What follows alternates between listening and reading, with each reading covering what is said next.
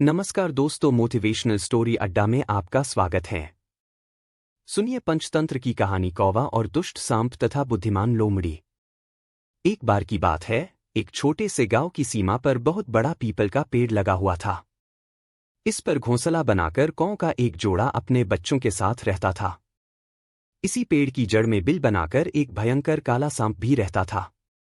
जब भी मादा कौआ अंडे देती तो सांप आकर उन अंडों तथा छोटे बच्चों को चट कर जाता।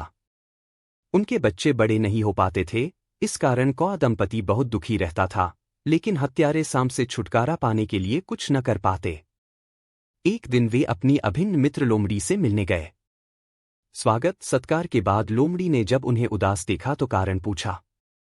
कौए ने लोमड़ी को हत्यारे सांप की सारी दुष्टता बयान की और इससे छुटकारा दिलाने की याचना कर। उनकी बात सुनकर लोमड़ी को भी धक्का लगा। लोमड़ी ने साहस बंधाते हुए कौआ दंपति को सहायता करने का आश्वासन दिया। उसने कुछ देर सोचा, फिर कहने लगी, ध्यान से सुनो मेरी बात। तुमने राजा का महल तो देखा ही है, और तुम यह भी जानते हो कि महल के भीतर बने सरोवर में ही रानी स्नान करती है। नहाते समय वह अपने आभूषण उतारकर किनारे रख देती है। तुम दोनों बस इतना करना कि रानी जब नहाने में व्यस्त हो तो मौका देखकर हीरों के 2 हार उड़ा लेना। यह देखकर रानी के सैनिक तुम्हारा पीछा अवश्य करेंगे और तुम उनके सामने ही दोनों हार सांप के बिल में डाल देना।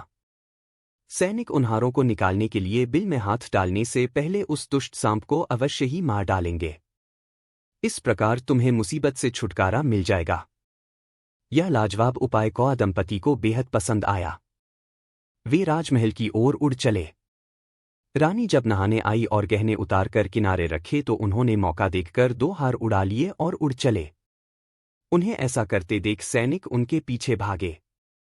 कौआ दंपति ने पीपल के पेड़ के पास जाकर वो हार सांप के बिल में डाल दिए। सैनिकों ने उन्हें ऐसा करते देख लिया। अब हार बिल में पड़े थे और पास ही वह दुष्ट सांप भी कुंडली मारे बैठा था। सैनिक दौड़ते हुए आए और सांप के बिल के निकट आकर खड़े हो गए। कहीं सांप उन्हें डस न ले, इस भय से सैनिकों ने अपने भालों से उसे मार डाला और हार निकालकर वापस राजमहल की ओर लौट गए। लोमड़ी का उपाय आखिर काम कर ही गया था। कौआ दंपति का दुश्मन परलोक सिधार चुका था। अब उन्हें किसी प्रकार कोई खतरा नहीं था। इसके लिए कौआ दंपति ने लोमड़ी को धन्यवाद दिया और फिर चैन से उस पीपल के पेड़ पर रहने लगे। शिक्षा बुद्धि बल कहीं बड़ा होता है शक्तिशाली से।